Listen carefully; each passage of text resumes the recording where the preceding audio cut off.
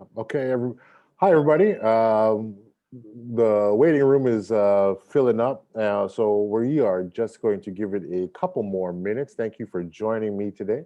A couple more minutes, and then we'll get started very shortly. Thank you very much.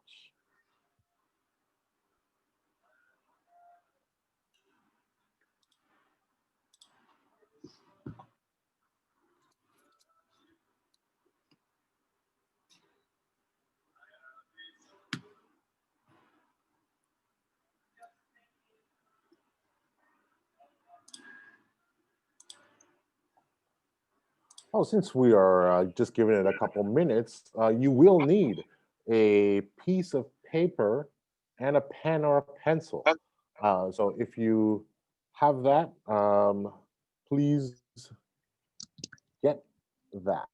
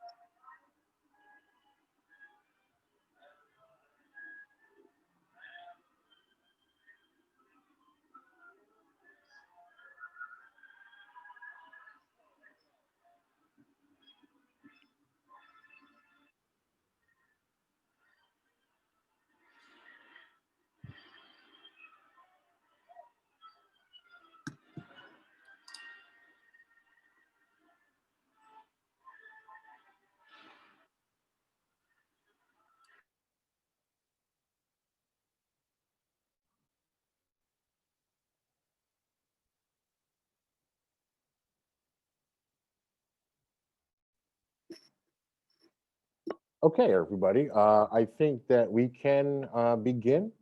So, again, thank you very much for joining me today.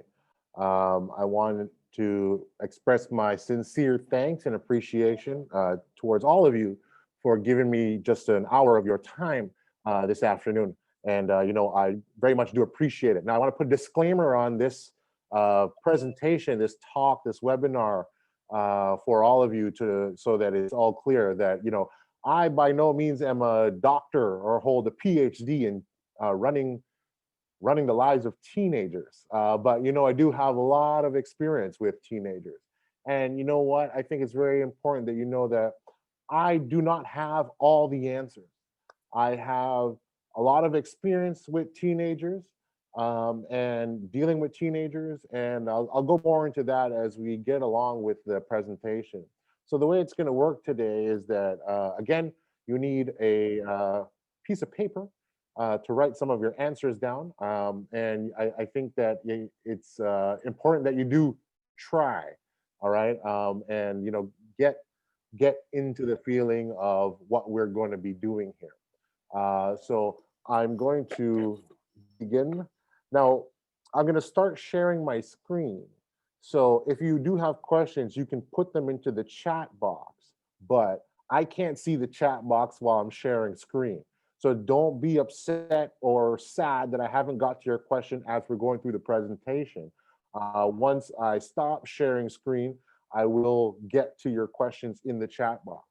Otherwise, I will let you know that my presentation that I have set up, it should only run for about 30 minutes because I figured that we would have a longer question and answer period towards the end of the session.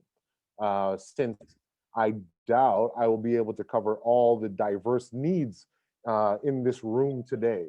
There is a lot that can span from teenagers. Some of you are here who don't have teenagers yet, and some of you have children that are 13 all the way up to 19 years old. So if you can imagine what it was like when you were 13 years old and how different it was when you were 19, the world is a very different place. And you were a very different person from when you were 13 and 19. So the diverse requests and specific questions that you may have probably come towards the end of the session in the Q&A session.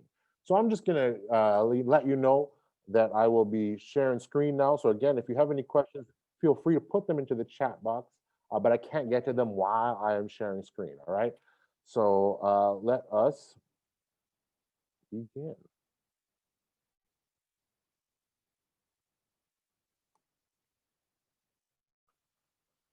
Okay, so before we get started here, let me tell you a little bit about myself. My name is Michael, Mr. Michael Singh, head teacher here at SIS-KG. Now, I grew up in Toronto, Ontario, Canada, and I was there for since I was born, 23 years, and I moved here after that, after the age of 23. Now, what makes me an expert?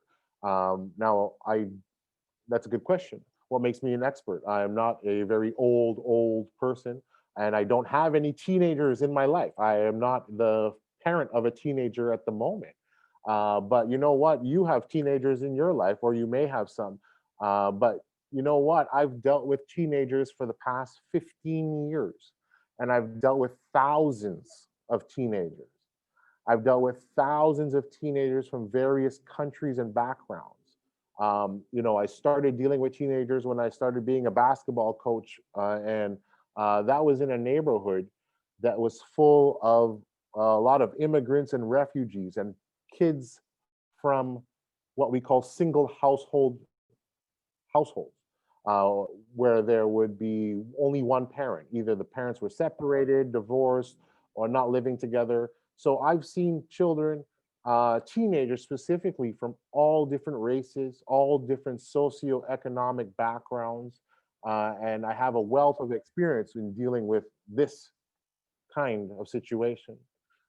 So I, again, do not hold a doctorate in dealing with teenagers, but I've seen teenagers from all over the world and many years and many different kinds of teenagers.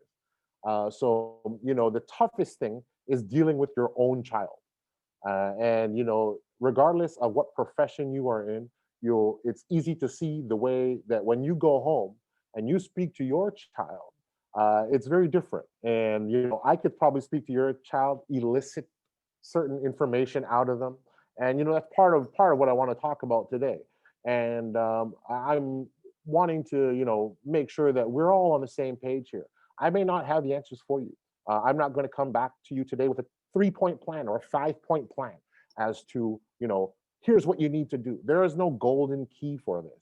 If there was, and I had that, I would be a billionaire, because people who have parents who have children that are of teenage age, would love the answers. But that's why you can research, you can do a lot of work in terms of checking out different websites and watching videos, and people will give you lots of strategies.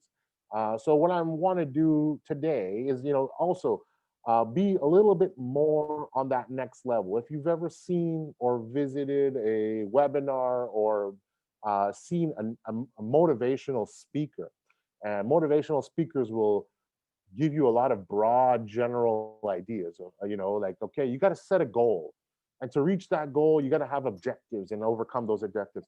I want to give you some real black and white ideas that you can use. So you can't come into this thinking that you know everything, and you can't come into this saying or being skeptical. You got to come into this afternoon open, and not everything I'm going to show you is going to work for you, and nor do I recommend you using every single strategy, because every family is different, every kid is different. Within your own house, if you have more than one child, each child is different, all right?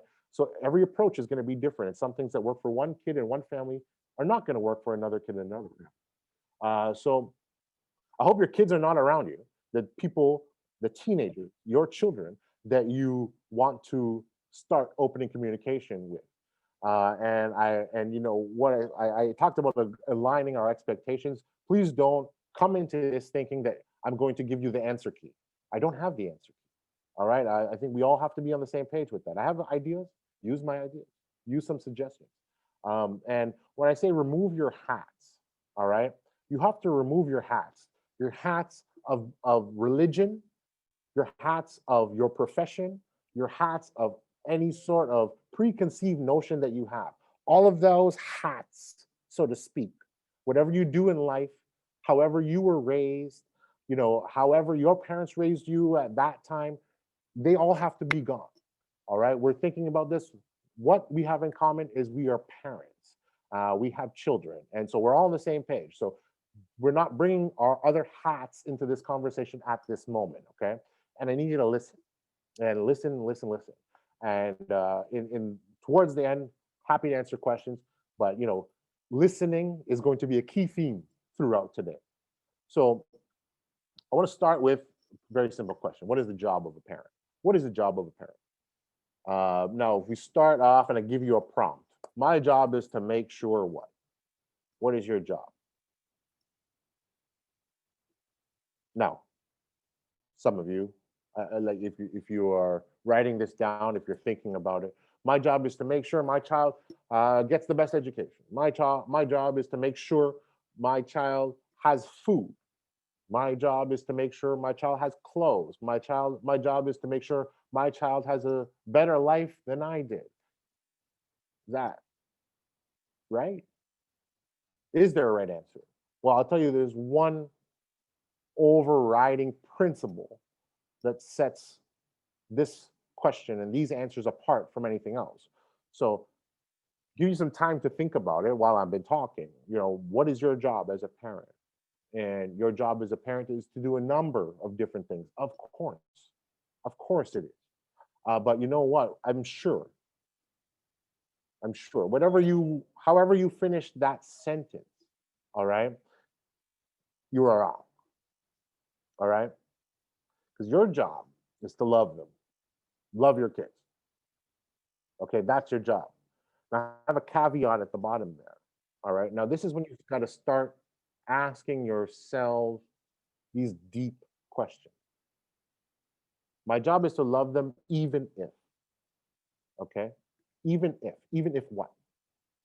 Even if they fail out of school, will you still love them? Even if they marry somebody or fall in love with somebody of a different religion, you still love them? Even if they commit a crime and they go to jail, will you still love them? All right. Now, those are the deep questions that you have to ask, but your job remains the same, to love them. All right. This is something that is an overriding principle in a lot of these relationships and strategies. Now, you are here because you want a couple of ideas as how to get closer to your children. And again, it is different for each age group. A 13-year-old is going to be different than a 19-year-old. The needs and the wants, the thoughts, the opinions, and the ideas that a 13-year-old has versus an 18-year-old are very different. And you can always go back. Now, you have your own self as the first point of reference. But what are your kids interested in? What do they like? Do you know? So I want to see where you sit. I'm going to ask you. I want to see where you're at. What do you know about what's going on in 2020? You were not a teenager in 2020. You are not a teenager right now, right? Your kids are teenagers today. So what do you know about today? All right. Now we'll get to that. So you have to try and come up in your head or write down what your problems are. Is it communication? Do you want to speak more openly with your kid? Do you want them to come to you and speak more? Do you have conflict with them? You try and talk to them, they shut the door. They shut themselves down. They shut down. They don't want to talk to you. Are there social or emotional issues? Every time you talk to them, they react in a certain way. They get angry. Are you worried about your child especially now in this state of online learning where the socialization between your child and their friends has decreased, right? Now we socialize using our phones, our thumbs. Is that count? Are you worried about that? These emotional issues, the impact that this will have on your children. None of us, when we were teenagers, all right, had to worry about this stuff. I don't know who may be the youngest person in this room, but I figured if my math is right, that the youngest person in this room, if you have a teenager, that is, you would probably be between the ages of 30 to 35 if you were married at a younger age of 19 or 20. Now, if you're older than that, you probably didn't have a lot of cell phones while you were in high school. So the world is very different. Are there physical issues? Are there physical issues? Adults are also worried about physical issues. How do I look? Do I have acne, pimples? What about my body? Now, these are things that all teenagers are going to be worried about. Now, what is your problem with your kid? So it could be something else that I have not listed. Again, these are very general. Now, again, I'm going to go back to what I said before. What do you know? And I'm going to show you a couple of pictures and photos, and let me see what you know and who you know. Okay, what is this? This is terrible to do this over a screen. What is this? Is there anybody who knows what this is? Just unmute yourselves and tell me what it is. Earphones? Yes, AirPods. All right. Okay, 1 point for Raina. Okay, what is this? Fortnite. Bluetooth? Okay, all right, yes. Okay, we got participants.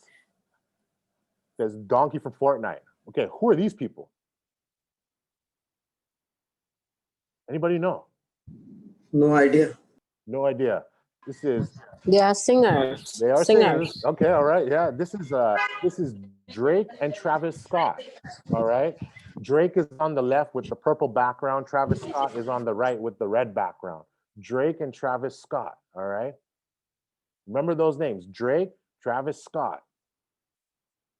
Who's this? Gotta know who this is. LeBron James. All right, LeBron James. Thank you, sir. Sir Indra. Okay, what is this? Who makes this? Chanel. Chanel. All right, Chanel. Thank you. All right. Does anybody know what game this is? Among Us. Among Us. Yeah. Okay. Yes. Okay, good. All right. Can anybody tell me what kind of nails are on the left and what kind of nails are on the right? French manicure on the right, and gel nails, acrylic nails. Yeah, okay, very good. That was my toughest one, See, these are little things that you got to know. So what did I show you just now? All right, technology, all right, video games, online games, music, sports, fashion, cosmetics, body care. Of course, there's the aspect of social media in there. Now, this is the things that your kids are interested in, all right? No matter what. Okay, we're not talking about school. This is not a school academic conversation. We're talking about what your kids find interesting or know about.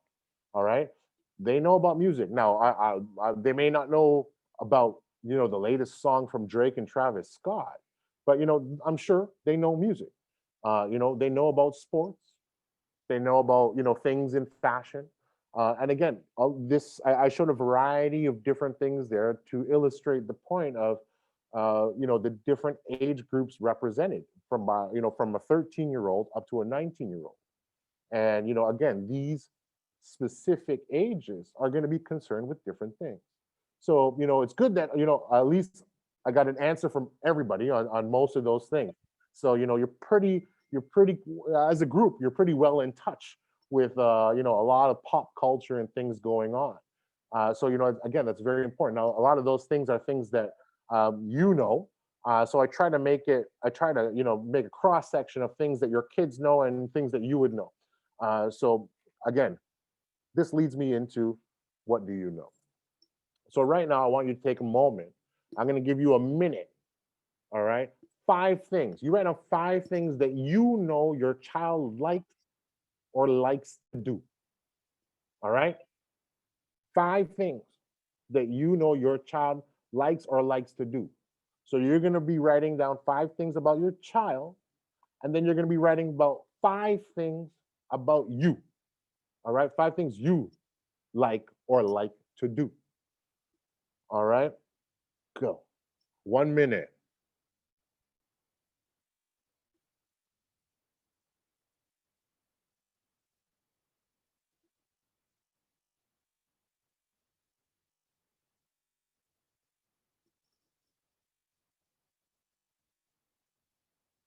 having a tough time. It's not easy. You know, sometimes we think we know our children. Sometimes we know our children very well. It's always very difficult when you're put on the spot like this and say, okay, tell me about your child. What does your child like? Now I have my own list that I've come up with. So what you should have in front of you is something that's very similar to this. You know, I'm a visual guy and I like to have charts and graphs. I'm not very good with a lot of data streaming and different cells in Microsoft, you know, spreadsheets. So I would have it set up like this. So I have my child. So what does my child like? My child likes sports, eating, sleeping, video games, and not talking to me as I did. No, I was thinking about myself when I was a teenager. So that's what I liked when I was a teenager. But you know, you're thinking about your child right now. Again, I don't have a teenager, so you know, I only can generalize at the moment. And for myself, I just wrote some things that I like. All right. Manchester City. I like Manchester City. I like shoes. I like Michael Jordan shoes. I like Dragon Ball. And I like watches and I like music. Now, of course, I can keep making a longer list, but you know, the whole idea here is first is to find out where's the overlap. Now, there's a lot of overlap on different things. You know, I'm sure I could also add sleeping to my list.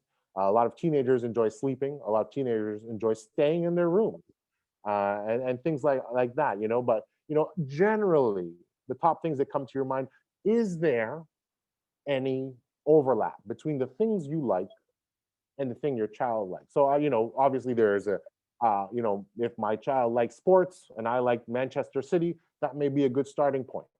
Of course, eating, we all have to eat. But you know, there are different ways, different approaches we can take when it comes to food. Sleeping, we all have to sleep. We all will sleep. So you know, finding things that your teenager is interested in can be difficult because they change. And you know what? Especially with teenagers, they are very complex. I have a pyramid of complexity that I call it. All right. I don't have it here in my slides. A period of complexity. And you know, as a man, as a male in this world, as you rise up to the top of the pyramid, it's always going to be teenage girls. Teenage girls are the most difficult. You know, for me as a man, again, you would have, you know, different lists. You would have wife, pregnant wife, and as they go up, but teenage girls is going to be one of the toughest ones to deal with. I think there are different dynamics in a household that make relationships easier or tougher. I think that you will find that if you are a mother, if you are a woman, you know, it's a lot easier to get along with the eldest son, and more conflict between woman and daughter versus dad and daughter. And you know, these are generalizations. Again, not always true, not 100% true. But you know, you will find that you know some dynamics in the household, different relationships, can lead to an easier path and different avenues. Again, if you are living in a house and both husband and wife are there, then this is also an approach that you have to take as a team. So you have to also look at your own household and see who has the better relationship with my son, with my daughter. And that person has to be the one that takes a step forward to, you know, establishing these relationships and opening up more. So I think it's very important that if you are a person who is living with your spouse, your husband or your wife, it does have to be a team approach. Both have to be on the same page to help, because sometimes there are you know, certain times, you know, maybe you are not living together with your husband or wife for whatever reason, and you know, you are alone. You know, these are things that you know are part of the household dynamic, but also have benefits and disadvantages at the same time. But every household is different. Every family is going to be different. Okay, so now we're going to look. So back to this. So now we have an area. So we have two things now. You have an area of interest, an area of common interest, one or two areas.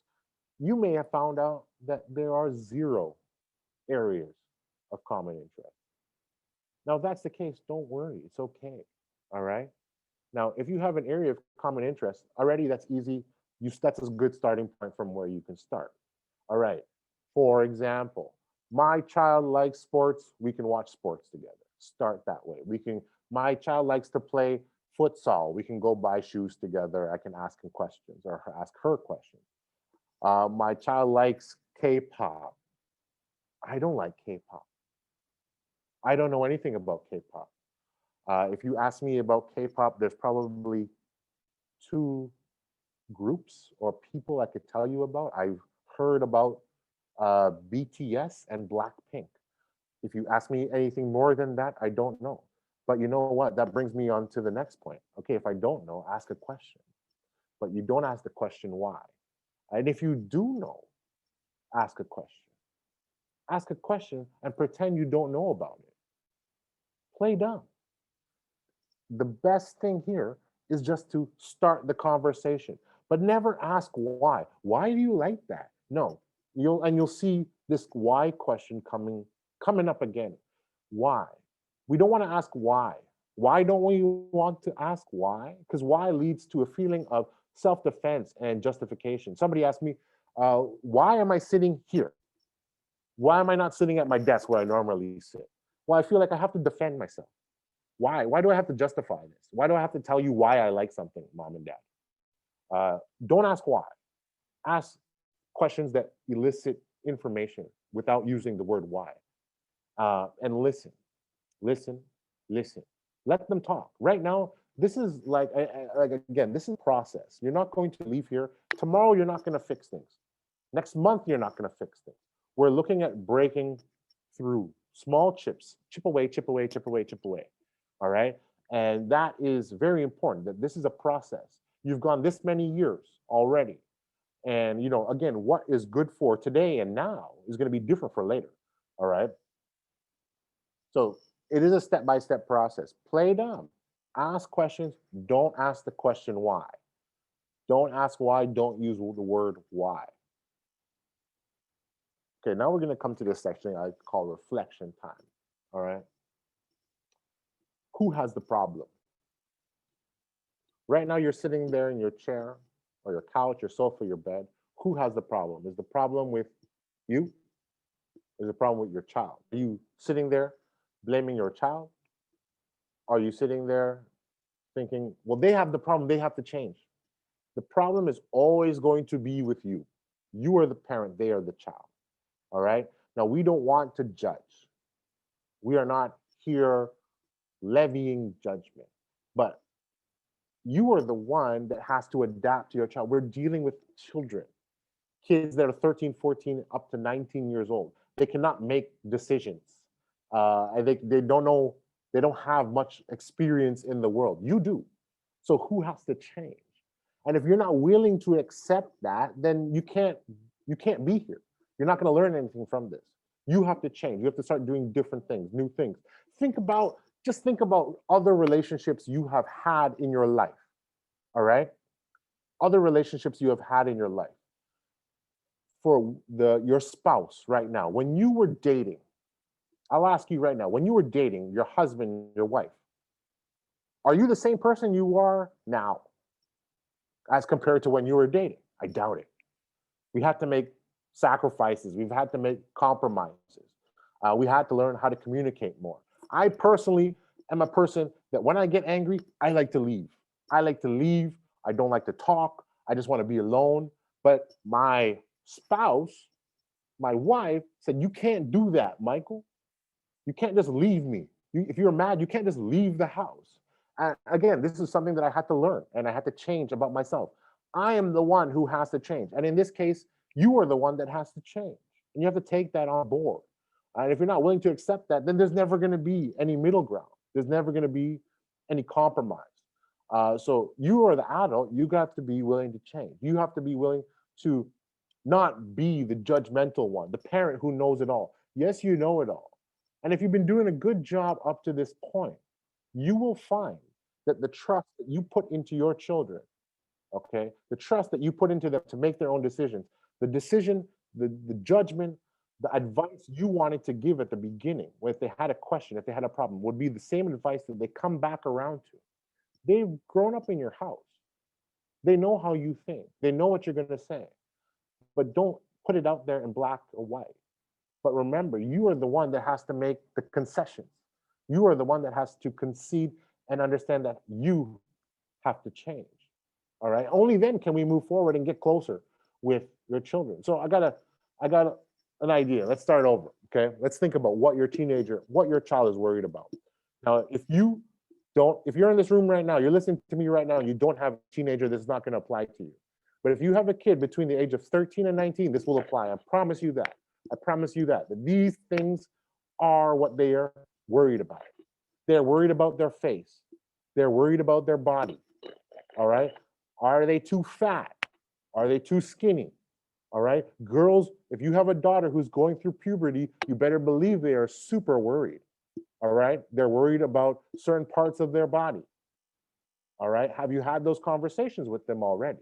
For those of you who have children who are entering teens, preteens, these are questions that are going to come up. I guarantee you 100%. Now, these are not things that you need to ask them. Please do not ask them. All right. You will get an automatic wall. But I can tell you, if you don't already know, that these are things that they are worried about. They're worried about how they look. They're worried about pimples. They're worried about their body. Are they too fat? Are they too skinny? The changes that their body is going through. Hair is growing in places. All right. They're worried. This is something that they are worried about, but please don't ask them about it. That will be embarrassing for them. Relationships. I mentioned the social relationship of them and their friends.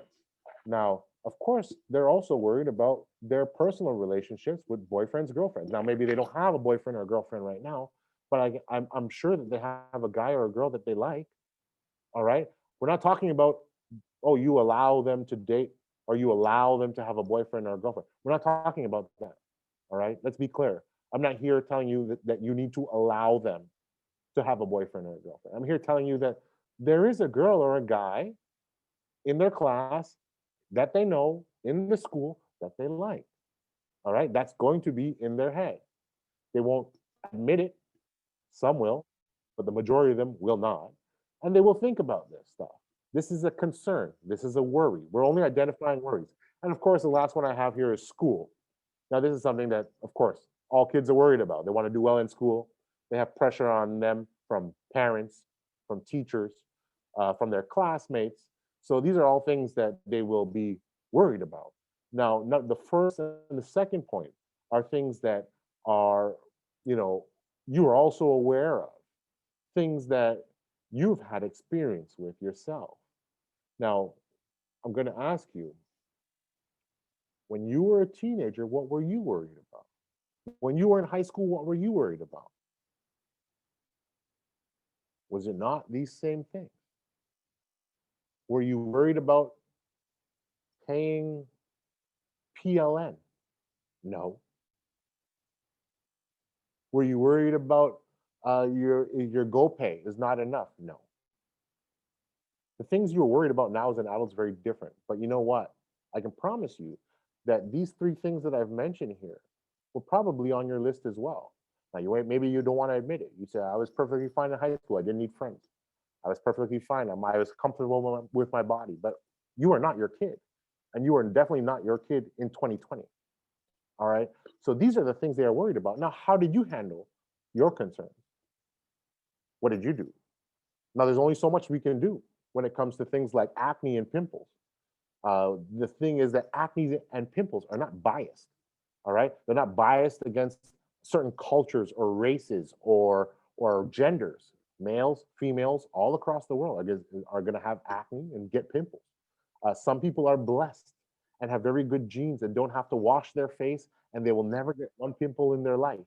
They will never be stuck in front of the mirror deciding, do I squeeze this and pop it or not? That is a very tough decision for your children. Now, you're very lucky that we are very lucky that we didn't have this kind of social media when we were in high school. But kids today, that small decision to pop a pimple or not is there. Because what happens when you pop a pimple? It's on your face and it's red and you're bleeding. And it's not always great. So, think about how you could help in these areas. Okay. Now, again, don't go and ask your kids what's wrong, what they think is wrong with their body.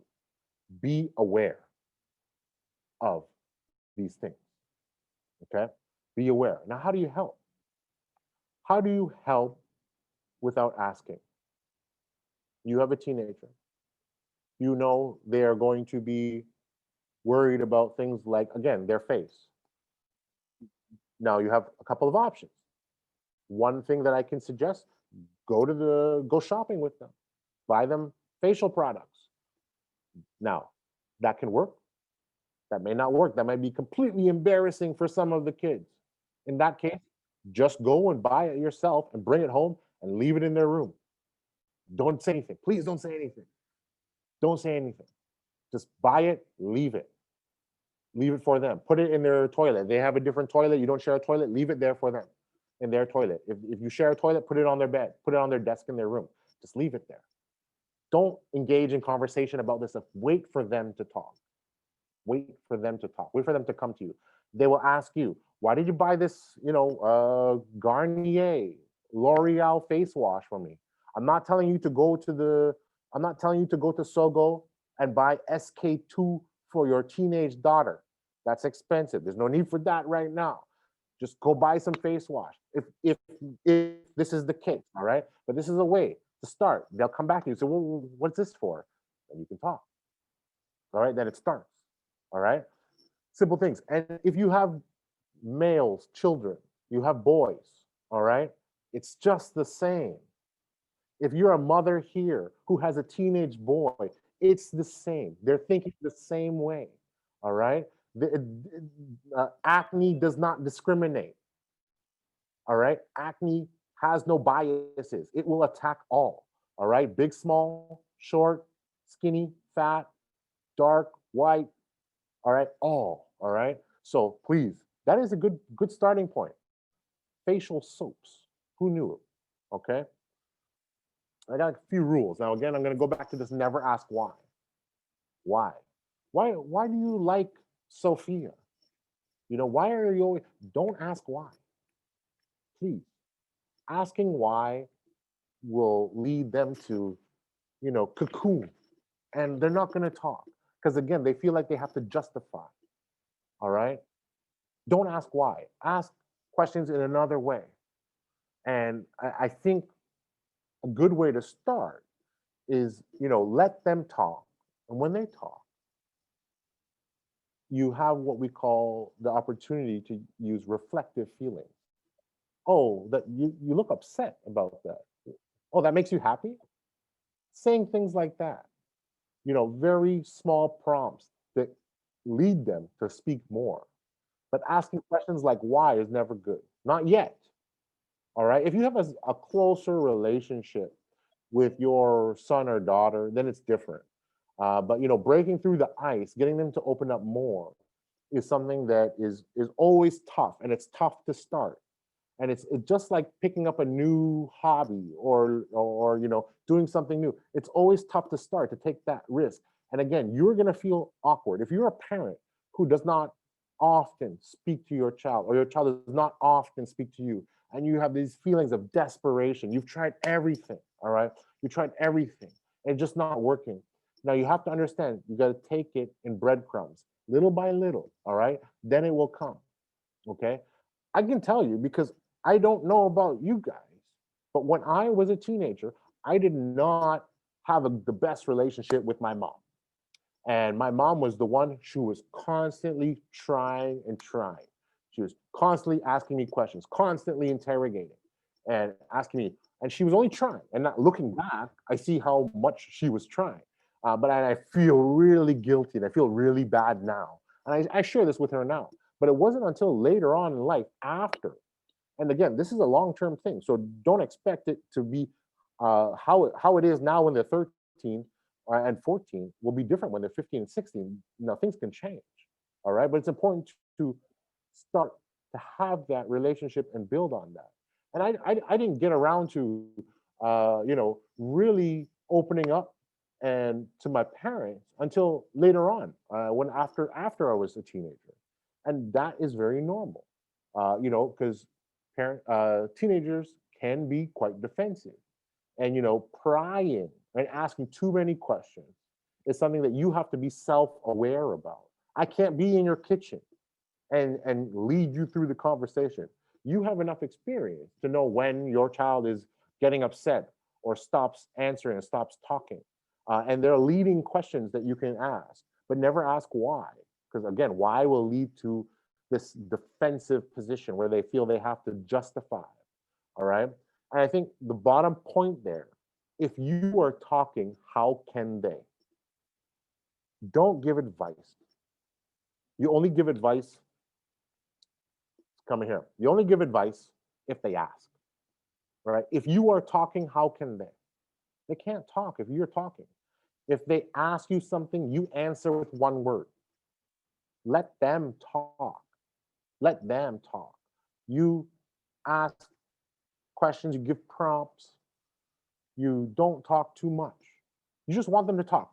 If you're a parent, again, who struggles with this idea of communication with my child, you want them to talk. That's the whole point. Later, again, this is not a one-night solution. All right, this is a long-term solution. So you ask questions that inhibit curiosity. Show your curiosity, not your judgment.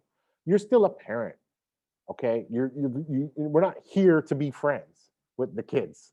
You want to be a mentor, you want to guide, but you can't do that if they're not talking to you, if they're not opening up, all right? So, you know, when they start talking, you ask questions like, is it like this? You know, is it like that? And then this will help, because then if you're right, you know, when you're asking a question, is it like this? And they're trying to explain something. If you're right, it's okay. But if you're wrong, if it's not like that, then that's their opportunity. They'll correct you. No, it's not like that. It's like this, mom. And then they will continue.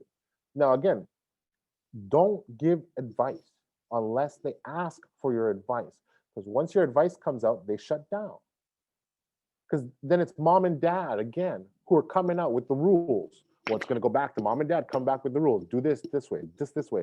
You do it like this because of this. Not yet. All right. If you want them to open up, they're not going to open up. You need to be a sounding board. You need to sit there and just listen. All right. Now we're just talking about day-to-day things that will help get more out of them. And don't give advice unless they ask. And again, be patient. This is like weight loss. If you ever tried to lose weight, it doesn't happen like that. All right. Slowly. All right. And it's very important that we understand that. All right. This is a process. It doesn't happen overnight. Your trust has to be gained. They have to understand they can go to mom and dad will listen. Mom and dad will I will be able to talk about these things with mom and dad. And that comes over time. It is a process. This is not a one-night solution. This is not a one-week solution. Validate their feelings. Okay? Agree with them. I understand why you feel that way, son. All right? I can understand why you feel like that. And stop it there. And if you can touch them, if they're at that age where they let you touch them, where they like to sit beside you and you can put your arm around them, or you can go up to them and hug them. Not all kids are going to enjoy that, but if you have the kind of relationship that where there's touching, there's hugging, there's cuddling, do that. All right. If there's not, don't force it. Please don't force a hug. Don't force a cuddle. Okay. But if you do have, if you are lucky enough to have it, you know, you're very lucky, because, you know, for those of you that have teenagers that don't want to be kissed and hugged and touched, you know, you really miss those times when they were younger, when they would run to you and just want to cuddle you with you and sleep with you. And now it's very different. So if you're lucky enough to have that, please do that. Again, not all kids are the same.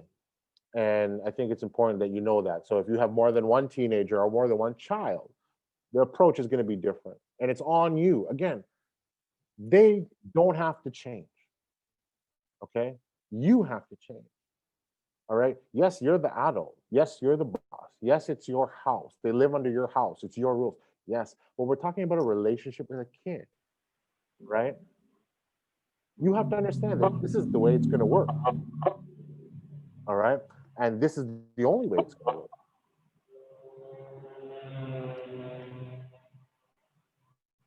Have conversations with them, not interrogations, conversations, talk. If you ever wanted to talk to somebody and just talk, not give your advice. Again, we're not trying to find out what they did wrong. We're not trying to levy judgment. We're not trying to give advice. We just want to talk. And sometimes that's hard to do, just talk, because you have to remove your parenting hat. And they're not always coming to you for advice. Sometimes they just want somebody to talk to that they can trust, somebody that they can trust who's not going to judge them. And there's ways to do that. And I have some like prompts or questions. When they start saying something, you say, "Oh, really? No way, really? Isn't that crazy, right?" Things that will prompt them to continue talking. And talking is the only way that it will get to open up more. And again, be patient with this process. I have a lot of counseling sessions.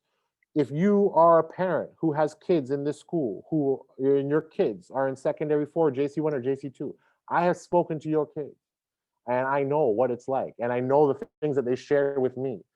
So I know that they just want to talk. And they're looking for people to talk to, but most of the time they are not going to run to mom and dad to talk, but because they're worried that mom and dad are going to be judgmental of them. But you can't help them if they're not talking to you and you don't know what's going on. So if you are worried, like, "Oh, I can't help my child because they won't talk to me," well, there's a reason they won't talk to you, because they've seen you for the past how many years constantly giving advice, constantly giving judgment. And this is the time where you have to cultivate that relationship of trust and understanding between your children and yourself. So again, this is a process, and it is tough. It's very difficult to compromise, to make these concessions. You will feel very awkward. You will find yourself standing there saying, "Why am I not telling them what to do or what they should do?" Don't do that until they ask for your advice. And then you will see things start to change. All right. So again, I'm going to come back to what is your problem? Is it communication? You have conflict. And is there different ways that you can look at addressing these things? Physical issues. Do you know how to help? Your child, are they overweight or underweight? How do you help them with that?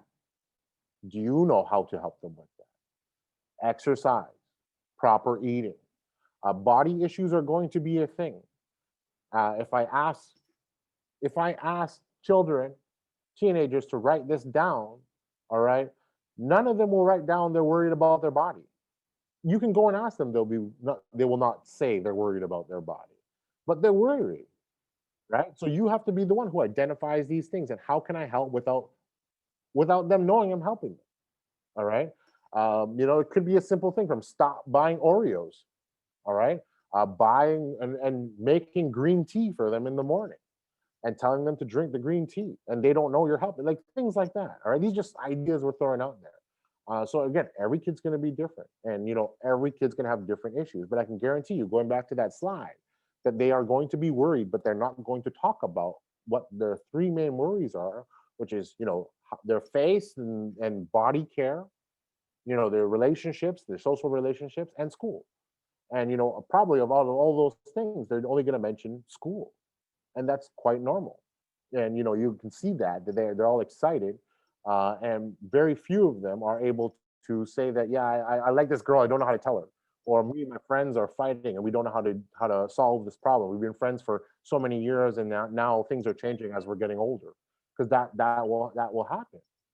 So like I said, everything is going to be different. Now, that's pretty much what all that I can say without getting into specifics, without repeating the same thing over and over. So now I want to just take some time to give you an idea, for some questions so we can get to some specifically, because I think that we are at that point where you're falling asleep.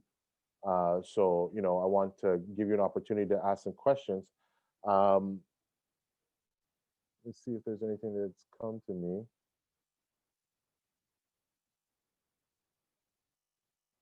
Okay. So is there anybody who's would like to ask some questions specifically about your children? Or about something that I can help you with, some ideas, some advice, anything? Again, I don't have all the answers. If I had all the answers, I'd be a billionaire. All right.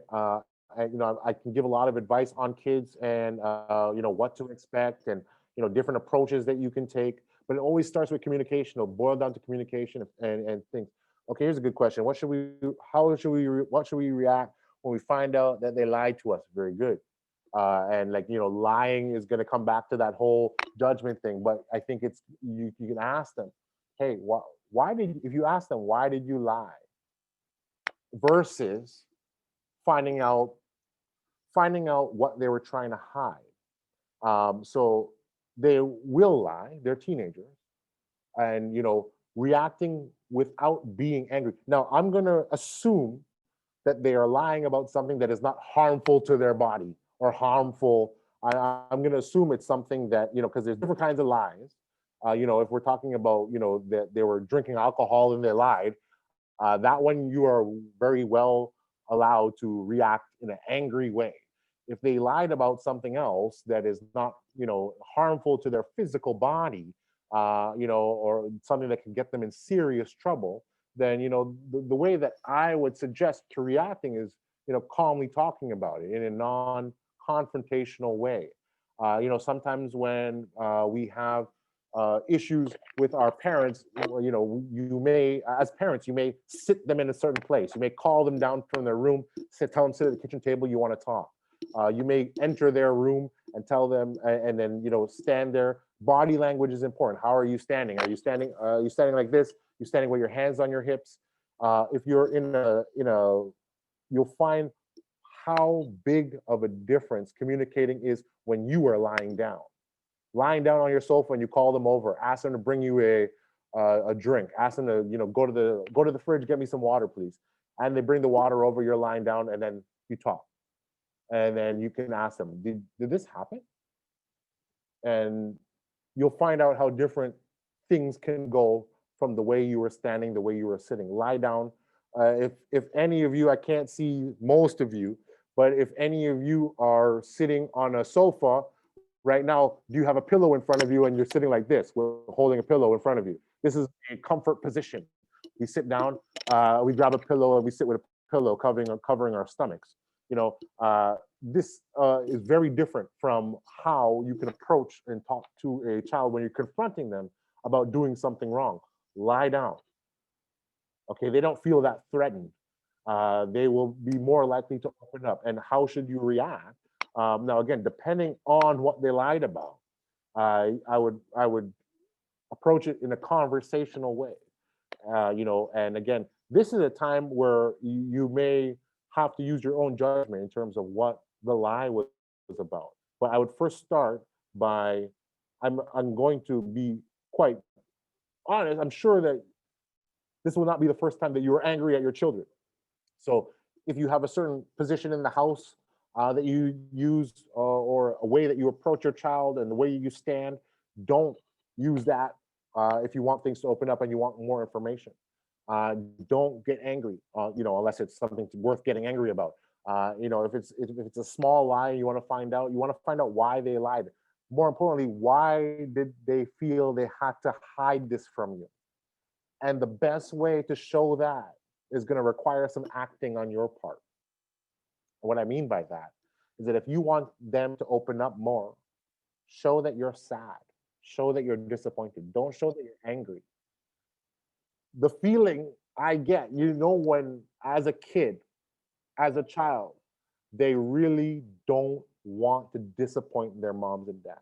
That's why they're so proud when they come home with a test mark or a report card score, and it's really high. They want to show you. So think about the opposite. They don't want to disappoint you. They don't want to let you down. So in the case of that you've caught them in a lie, you show them that you're sad, you show them that you're disappointed, but you don't show them that you're angry, because they're expecting angry. And this expectation of anger will revert them back to the same thing where they also shut themselves down and they don't want to talk. But if they see sad and they see disappointment, they see a relaxed position of lying down, you cuddling a pillow, you cuddling a stuffed animal, that is going to make a difference in the way that they respond. So I would say body language, setting, and the emotion that you show in your voice, without raising your voice, talking calmly, how you would speak if you were sad, disappointed to them, that will definitely be a plus and get them to speak more. Hopefully that was helpful, Miss Lilianti. Again, and you know what? Parents, you have a school behind you, okay? You can try everything, and it's not gonna work. If it doesn't work, contact your child's teacher. Contact me. I'm happy to help. You will be so surprised how many kids are able to open up to their teachers and have good relationship with their teachers. And you can find out information from us as well as a school.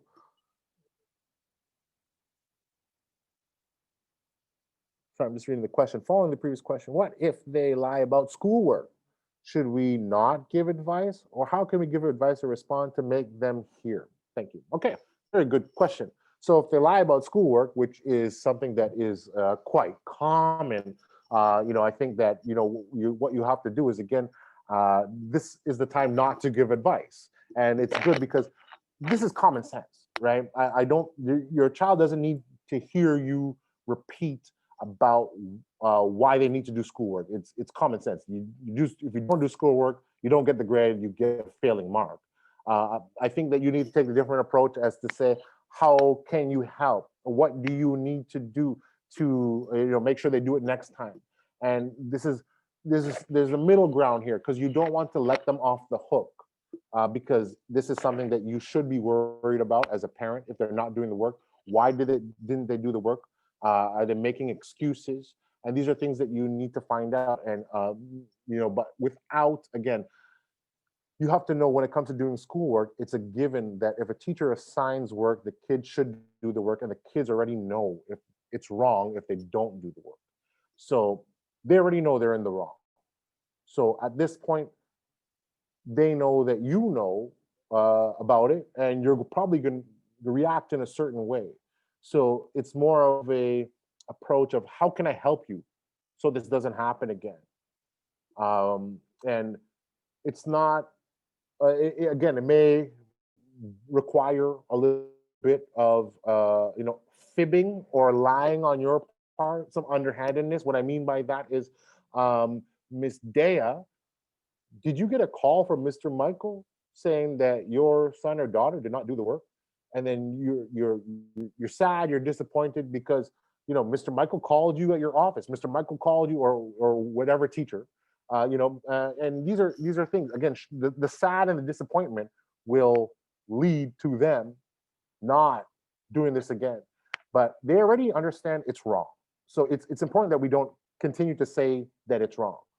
They know it's wrong, and we just have to find ways to calmly approach at the start. And then also you can come up with ways, have a calendar where you can, now this is going to be more work, but have a calendar set up. Okay, so this week, what are the assignments we have to do? Let's put it together, let's work together. So we together, we make sure that you meet all the deadlines. We make sure all the work is done. And it's important that you work together, but don't come off as angry because they already know it's wrong. They need somebody who's going to help them. And somebody who's going to support them and come up with creative solutions, because you'll find that after you do that a couple times, they don't need that anymore, and they won't be missing homework anymore because that's already ingrained in them. But it's teamwork, and it's working together without being angry. It's working together, holding hands and side by side, rather than, you need to do your homework next time. Don't disappoint me. Don't embarrass me. Don't make me like, no, that's not going to work, because they already know that. And they need to see the different side of you that shows cooperation and that you want to help them without getting angry, without raising your voice, and it's working together as a team. If there's a problem, can we both parents approach the kid at the same time. Yeah, it depends on what the problem is, Lilianti.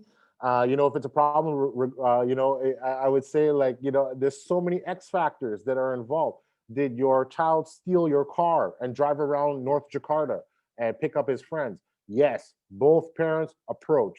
If there is a problem between your child and their boyfriend and girlfriend, that one would be a one parent approach. Now, how serious is the problem? And I would always recommend not both parents approaching unless it's something very serious. If it's something regarding schoolwork or you caught them, I'm going to refer back to what you're talking about lying about something.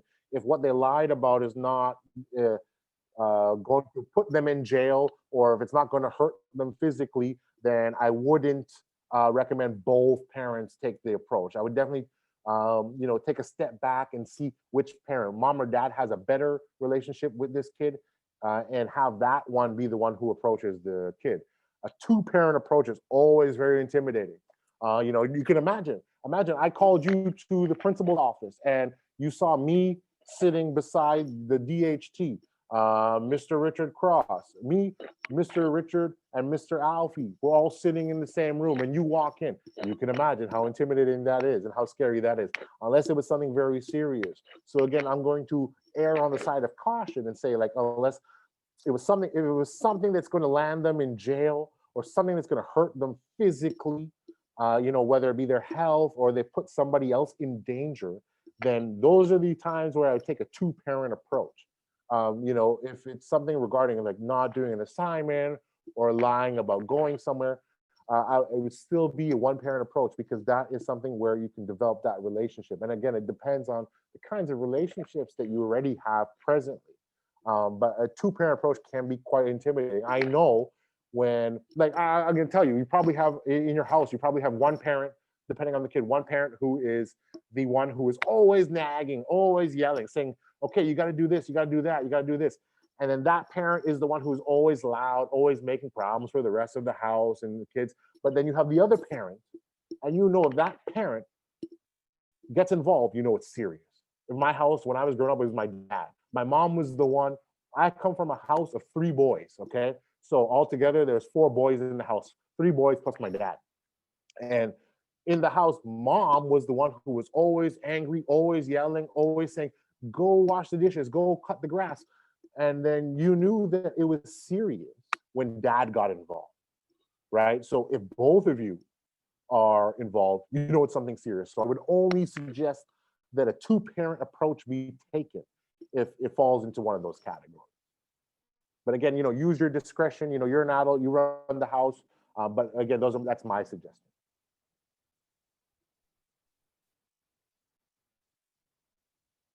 It's a good question. Is it legit for parents to read their child's WhatsApp? Now, this is a tough one because social media, it can be so sticky, and we do have the, yeah, you know what, like it depends, because once you get caught doing that, there's no trust again. And as much as you want to know about what your child is doing, it's very tough. I would say that if you have a child who is 13, 14 years old, and they don't know, then that would be a time where I'm not going to say it's okay, because again, once you get caught, they're never going to trust you again. You're invading their privacy. But I know you're worried, but you got to trust them. Who's been raising them for the past 13, 14 years? You.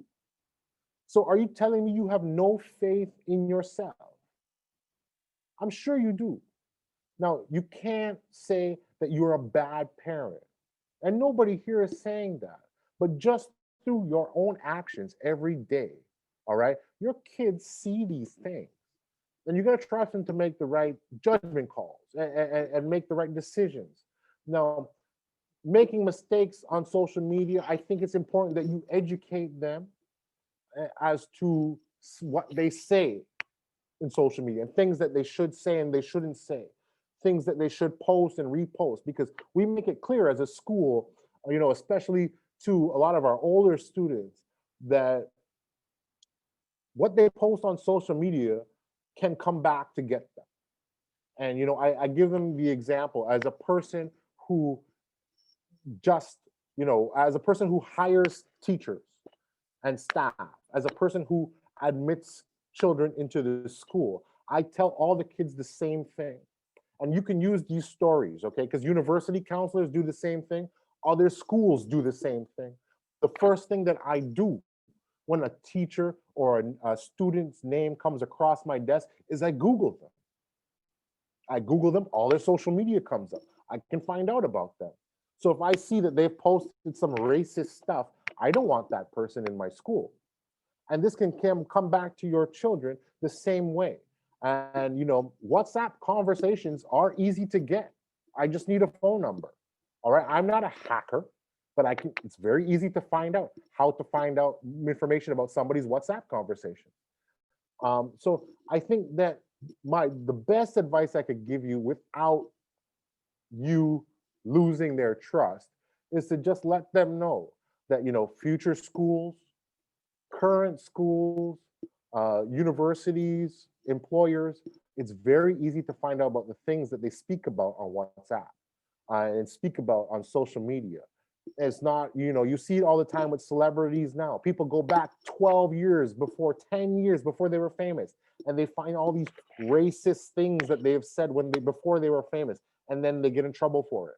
And I think it's important that we educate our kids when it comes to social media and the social footprint that they leave. So, you got to trust them to do the right thing and make the right call. But I think it's important that you also tell them that, they can get caught out for these kinds of things and make them aware. If your child is if your child is over the age of 15, I wouldn't recommend it. I wouldn't recommend reading their WhatsApps. I'll give you the example of your spouse, all right, your husband or your wife. Do you read their WhatsApps? They have that privacy. You may have a relationship that is where you have all the passcodes. Sometimes some people, they think, oh, there's no need for me to read the WhatsApps. You got to think about it almost in the same way. How would your spouse, if they don't do this, right? How would your spouse feel if you just went to their phone and you started reading through all their conversations? Because things can be taken out of context. Now, I'm not saying that your child who is 13 or 14 years old is having intense conversations through WhatsApp, but there is this idea that if you're reading those conversations now, you're going to run into this future of never really trusting your child to make these judgment calls. And I think it's important that you do educate them and enlighten them about the social media world. And also, because the only thing that you are going to really gain from reading WhatsApp conversations of your child is more stress and more worry. All right. I've seen that, and I think that it's best if you don't. I'm going to leave it up to you. Those are my personal opinions and what I've seen in the past. And I think that, you got to trust yourself also. You got to trust that what you've been doing for the past few years since they were born, the way that you've raised them, the morals and the ethics that you've raised them in your house. And you also got to do your part to, enlighten them and educate them about, what's appropriate. And, and again, children seeing their parents sad, children, teenagers seeing their parents disappointed is far more powerful than children seeing their parents angry. And I think that is something that you have to convey on to them. So, I wouldn't recommend it. It's a slippery slope. And, after you get into the WhatsApp conversations, things get deeper and deeper. If your child is not a teenager and your child is still young and they have a cell phone for some reason and they have WhatsApp for some reason, I'm not judging you, but, if they're too young, then yeah, read their WhatsApps, because they're still susceptible. But conversations between them and their friends, I wouldn't recommend it personally. But again, I leave it to you. Those are just my thoughts and opinions. Because trust is hard to gain, and it's even harder to get back. Mr. Michael, Yes. I'd like to ask Mr. Michael. Actually, my son, he's into music, which number one, I don't understand. It's like he's really into rap. Okay. The problem I have with it is that it contains a lot of cuss words. Yes. And, you know, I mean, I don't want to be judgmental about it, but I feel like you're listening to this like all the time in the bathroom, when you're working. Isn't it getting into your your subconscious? Right. Yeah. No, that's very, very good question. Yeah, and you know what? I think that is something that like a lot of the kids, today they like rap music. They like hip hop. They like rock music, and a lot of the lyrics in these songs are about having sex, selling drugs, shooting people, and there is a worry that this will be the case. That I don't want my kid trying drugs. And I don't want them swearing. I think it's important that they know that the meanings of those words. But as a person who's seen lots of kids also grow up listening to those kinds of stuff, I would just make sure as a parent that you double confirm that hey, so what do you think about that, son? Don't ask them to justify why they like rap music, but you can ask them, so like, what do you think about what this guy's saying? Or you can ask them, so what does this lyric mean? And then get them to lay it out for you. And they know it's wrong. They're not going to be a person who goes and buys a gun and starts robbing banks like in some of the songs. I know it is very scary as a parent to hear your child, your baby, listening to a song where the guy is talking about having sexual intercourse with a lot of other girls, and them glorifying that. But that is the state of the culture of pop culture, and we have to accept that, because the more we say no to that, the more they want it. It's the same thing, like if you tell your kid don't date this person, they will date that person more or want to date that person more. And the same thing goes with music. You have to take a step back and ask them to talk about it. So what does that mean? What does it mean when he says that? And, again, pretend to be dumb, pretend to play dumb, and get them to explain. That's how to get them talking, and then they know it's wrong. They're not kids who have psychological issues.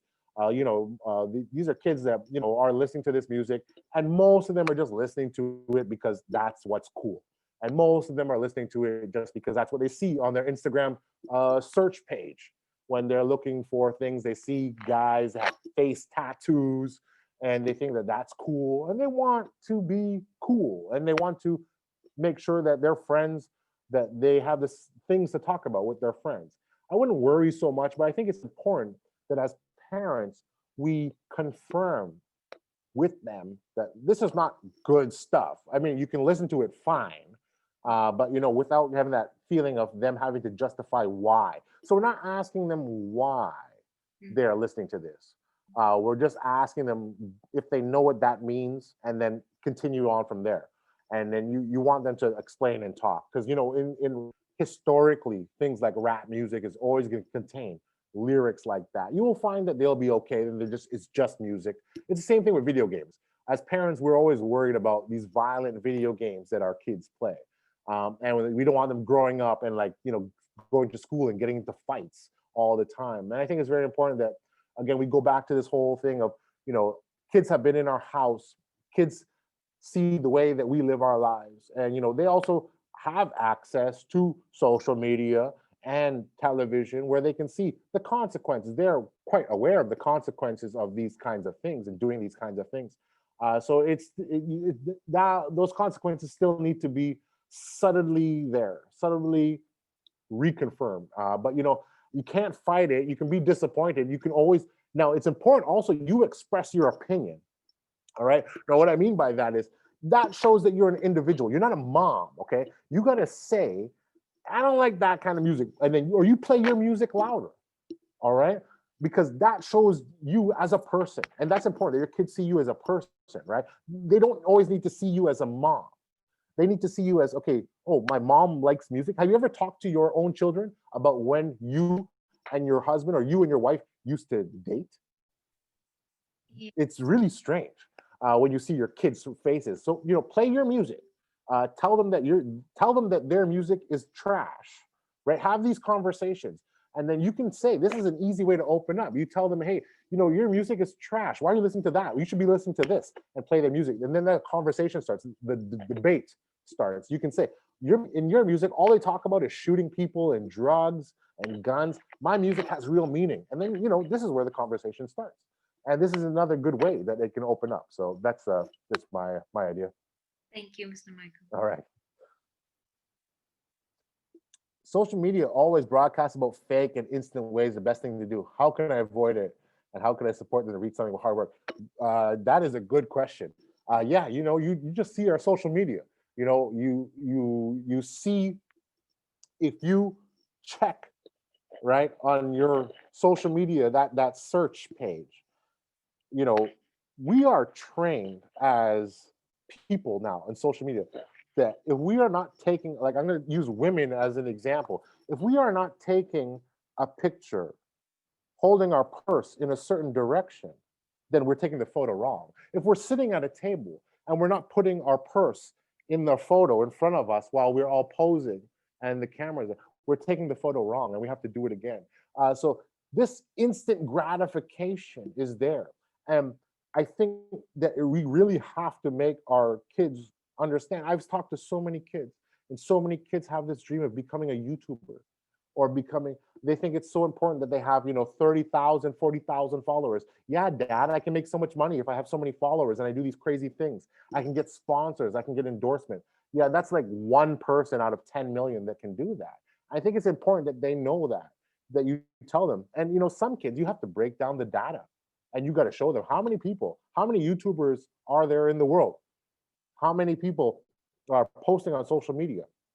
And social media projects this sickness upon us that you see people posing with their, I'm going to go back to the Chanel purse.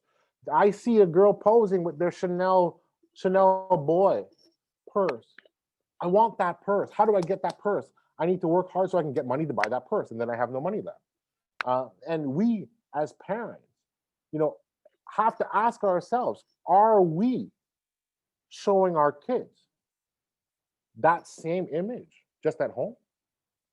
And I think that it's important that our kids know that, yeah, I have a Rolex, I have a Mercedes, even if you don't, I have a Toyota, but that did not come from the Toyota tree. That came from my hard work. I had to save this much money. I had to work this many years to pay this off. And it's not something that it comes from the values that you instill in them. And I think that, hard work is always going to trump everything. And what I hate to use that pun, but it will trump, it will come out as the winner. And social media is always going to be there as the thing that infects our brains and our minds. And we have to understand that, kids are so easily brainwashed by what they see on social media. But that's why they need us to balance it in a positive way. You can't lecture them, okay? They see something on social media, you can't be saying, no, that's not right, no, that's not right, no, you can't do that, that's not real life. That approach is going to be very what we call didactic, and that's you being parent, rather than you asking questions, So they see somebody on social media, so you think that's real? And getting them to do the research on the people that they admire so much. Asking them, maybe they saw, a person who has the latest shoes that cost 80 million rupiah for this pair of shoes. Ask them to figure out how long it takes, what kind of job they need to afford clothes like that, gadgets like that, devices like that. So it's very important that you empower your kids to do the research themselves and then find out for themselves. Remember, information that comes from you is always going to be information from mom and dad. You could tell your kids something today. 1 hour later, I could tell it to them, and they'll listen to me. They'll listen because I said it rather than you. Let them find out this stuff for themselves. So it's about you, again, dropping the breadcrumbs so that they find out. You find out, okay, let's say they want to be like a YouTuber, like so-and-so, Mr. Whoever, and then ask them to find out how long did it take this person to get to this stage? How many videos did they have to make?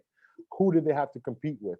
Where are they living? Where did they move to? And you know, it goes back to the same thing with like luxury items that they see. People are not posting, people who are getting tons of likes on social media are not posting photos with their old car from 1980. They're posting photos in their Lamborghini. And they are thinking that, oh, the kids are seeing that. They're like, oh, this is so cool. I want a Lamborghini. I want an orange, bright orange Lamborghini. And it's something that I want to get because I see this guy, he's got 200,000 followers, and I want that. That is something that will never go away because social media is only going to get more worse. And it is only going to be a strong stone attached to our kids as they grow older and older. And it's up to us to, you know, sort of bring our kids to reality without being that lecturer, without being that person who tells them what's right and what's wrong. It's about telling them to go find out more information. And, you know, you may have to do some research first to find out, okay, so this is the person's name that they like, and ask them to go figure this out. And then let them see. Once they find out for themselves, that's when they hit that moment of enlightenment, of what we call self-actualization, where they've done the work, they've done the research, and they found out more. Like, oh, well, you know, for example, Logan Paul is not really that cool, and I don't want to be like him. And, you know, they'll see the thousands, hundreds of thousands of more people who worked hard and just are regular people and just post on social media for fun and don't use it as a guide for life. Yes, it would all be very nice if I could go back to my house and an expensive condominium, you know, that oversees the Jakarta skyline, and go live in go sleep in my Gucci bed. But that is not realistic, and that is not something that I aspire to. I don't care about those kinds of things, and they have to know that you don't care about those kinds, because materialistic items, luxury items are prevalent throughout on social media. And you see people, they have a lot of brand name shirts, brand name bags, and this often blurs the hard work, the pictures that the kids have, because the kids don't see the hard work that had to go in. How many hours did I have to work to buy that diamond ring? How many years did I have to work to buy this car? Just put a down payment on a car. I think it's important that they know the struggle. So it could come back to you to show them the other side of life and show them how hard that these people who are famous now had to work, and how many people try and fail and they're doing nothing now. So again, we always have to look to us. We cannot blame social media. We can only deal with it, and we can only work to, you know, educate our children and show them the way in a way that does not come off as lecturing. All right.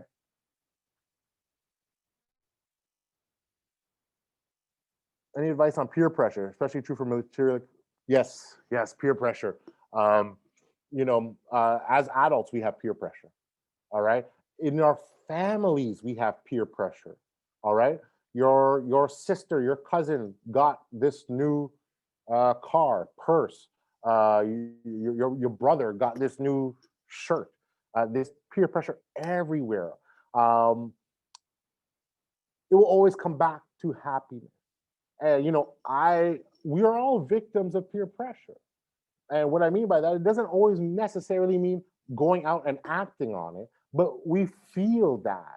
And we feel now, some of us are older now, but when I was younger, I always felt that peer pressure. My friends got those shoes, I have to get those kinds of shoes. My friend had that new jacket, I want that jacket. But it didn't always mean that it made me happy. And I think that the difference between being accepted and being popular amongst their social group versus are they really happy, that's a tough one, because dealing with peer pressure is something that only the children themselves can manage. We can give them advice on dealing with peer pressure that comes back to self-happiness and what makes you happy, and not caring what the rest of the world thinks, because in the end, that is what it's about. But kids, there's no way that they can understand it. I think that it's important that we make them understand what makes them happy. It goes back to simple things like them sitting down and writing, making a list. What makes them happy, and where do they find being accepted by their friends on that list? And peer pressure is something that will never go away. And again, it will always come back to us as parents, and us as parents making sure that they know um, that because they have the newest purse, because they have the newest watch, it's not going to lead to their friends accepting them more. It's always going to come back to their heart, their personality, their loyalty to their friends, their support of their friends. And peer pressure is something that's not going to go away, and especially with luxury items and fashion, it's never going to go away unless we blacklist all of social media throughout the world.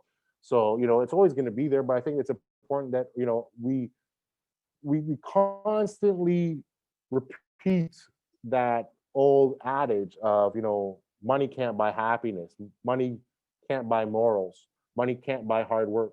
And the number of very, very many examples we have of people who have lots of money who act inappropriately, and people who have lots of brand name shoes, bags, wallets, watches, cars, who act inappropriately. And again, it's a process of the child learning for themselves, and it's only can be that way. But again, it's important that we come off as people who are dropping the breadcrumbs in front of them, not a person who's saying, no point to be worried about what kind of purse your friend has. As soon as you start being that way, they want it more, right? So it's about leading them down the path.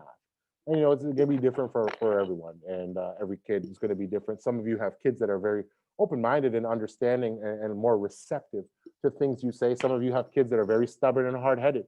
So that is different for everybody here.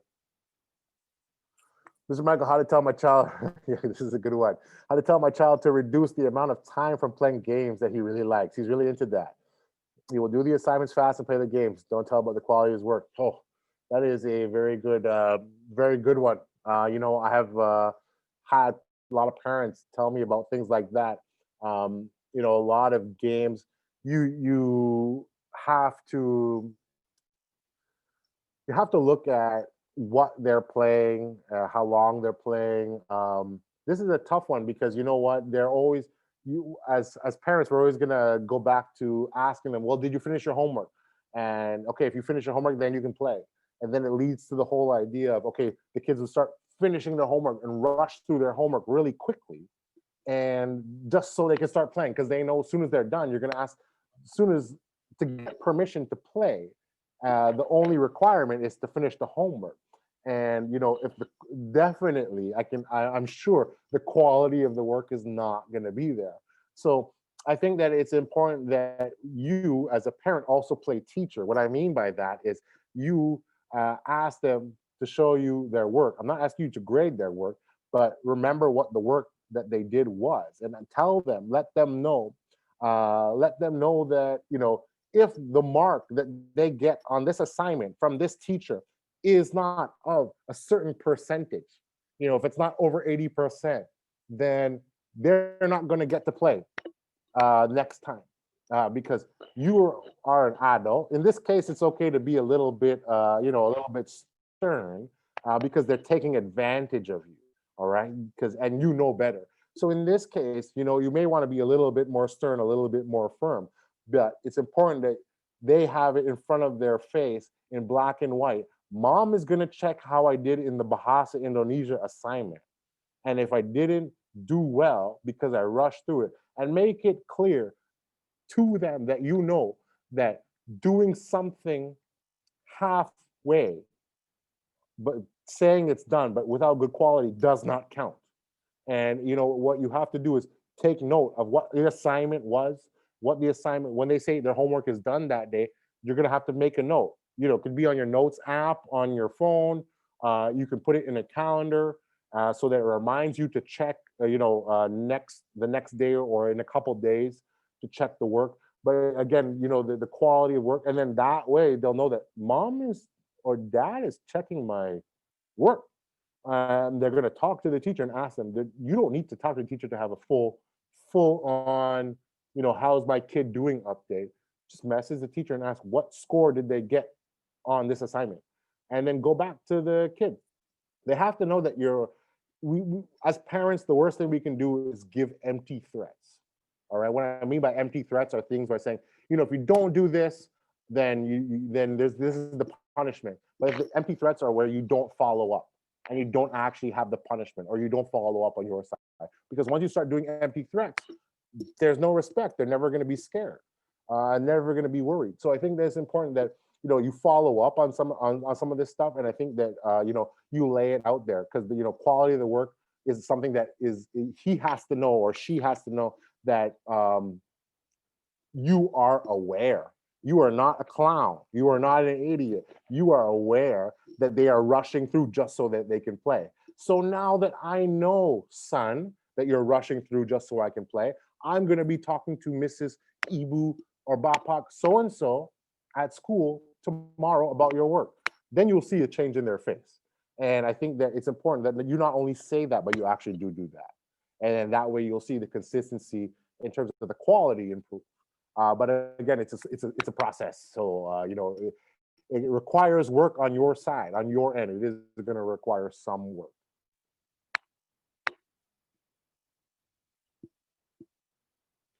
Okay, everybody. I feel like I've been talking for so long, and I'm very apologetic if I was not able to answer your questions or cover anything for you that was helpful. I'm very grateful to have had you all here with me today. I'm really happy. I have lots of ideas. I'm very, very excited to talk about these kinds of things.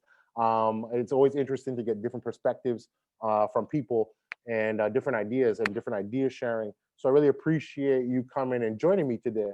As people who were here the first time around, if you would like me to do this again, or you have any other topics that you would like me to speak about, please let me know. You can let me know. You can let Miss Monica in the marketing department. You can email the school at info@siskg.org. And we're happy. We're happy to do this. I like talking. I talk a lot. And I'm very happy to do this. So, dealing with teenagers is something that we don't have all the answers for. So if you ever need anything, please let me know. You want to do more talks like this, or talks like this of a similar nature, please let me know. So I just wanted to extend my thanks and appreciation to all of you today. Really happy to have had this opportunity to speak with you. And if you want more information, more help, more sharing, just please let me know. I'll be happy to do that with you, everybody else, or even on a personal basis with you, your husband, you or your wife, in a closed room. So thank you very much, everybody. Thank you for coming out today. Appreciate it. I hope you have a great. I guess you still have. I guess it would be dinner time coming up. So please enjoy your dinners and have a great rest of the weekend. Thank you very much. Thank you so much. Bye. Thanks a lot, sir. Thank you, sir. Thank you, Mr. Michael. Okay.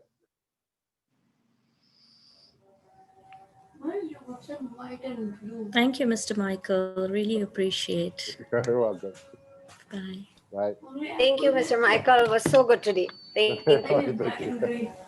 Thank you, sir. All Thank right. you, Mr. Very good Michael. sharing. All right. No problem. Thank you Thank very you, much. sir. Yeah. Very good sharing. Thank you. Ini sekarang bisa cepet Pak. Ini dikebut hari ini sampai